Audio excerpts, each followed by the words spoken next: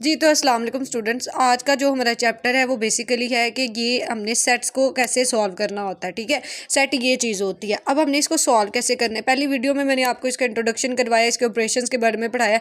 अब उन ऑपरेशंस को अप्लाई कैसे करना है वो देख लेते हैं। लाइक हमने ए यूनियन बी निकालना है। ठीक है, तो इसको कैसे लिखेंगे, यहाँ पे A union B is equal to, ठीक है, ये आपको 3 या 4 नंबर का पेपर में सवाल आएगा और आपको ऑप्शन नहीं है, इस वजह से आपको सारा मैथ का पोर्शन करना पड़ेगा। ठीक है, चाहे छोटी चीज़ है चाहे बड़ी चीज़ है। इंटरसेक्शन हम ऐसे निकालते हैं कि हम पहले जो है ना, मतलब गिनती में सबसे छोटा जो लफ्ज़ होता है वहाँ से स्टार्ट करके फर्दर आगे तक लेके जाते हैं।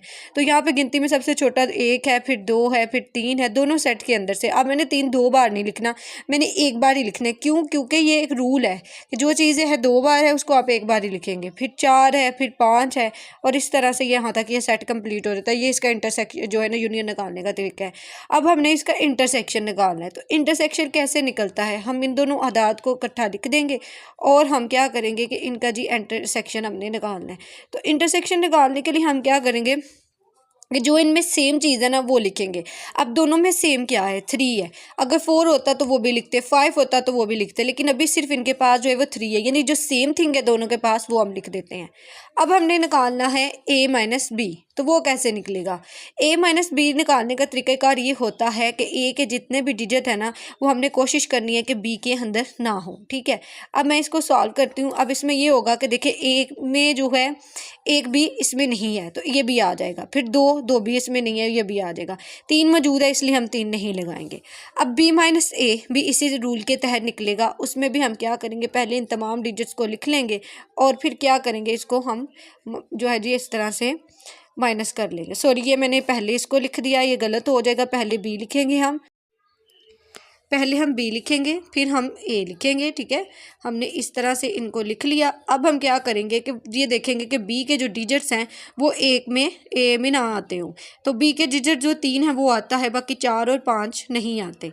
तो ये इसका बी माइनस ए निकल आया। अब हमने जो है वो निकालना है ए का कॉम्प्लीमेंट निकालना हो। ठीक है, अब हमें उसने कुछ सेट दिया हुआ है, लाइक फ़र्ज़ कर लें कि ये हम ना अगले पेज से करते हैं। ठीक है, तो मैं आप यू कैप्लीमेंट हम यहाँ पे देख लेते हैं। ठीक है, ये रात को जो आपको सवाल करवाए थे ये वो हैं। तो यू कैप्लीमेंट ये है हमारे पास। ठीक है, अब यहाँ पे हम यू कैप्लीमेंट लिख लेते हैं। यू हमारे पास सेट क्या है, यू हमारे पास सेट है 1 2 3 4 5 6, इसको हम यूनिवर्सल सेट बोलते हैं। अब ए का कॉम्प्लीमेंट ऐसे भी लिख सकते हैं या ए कॉम्प्लीमेंट ऐसे भी लिखा जा सकता है। अब हम इसको कैसे निकालेंगे, यू माइनस ए करेंगे। पहले यू वाला लिखेंगे हम 1 2 3 4 5 6, और उसके बाद हम ए वाला लिखेंगे। और ए हमारे पास क्या था, ये। ठीक है, ए हमने उठा के यहाँ पे लिख दिया 1 2 3। अब हम इसको इसमें से एक्सक्लूड कर देंगे। ठीक है, अब 1 भी उसमें है वो नहीं आएगा, 2 भी उसमें है वो नहीं आएगा, 3 भी उसमें है वो नहीं आएगा, फिर बाकी क्या रह गया 4 5 6।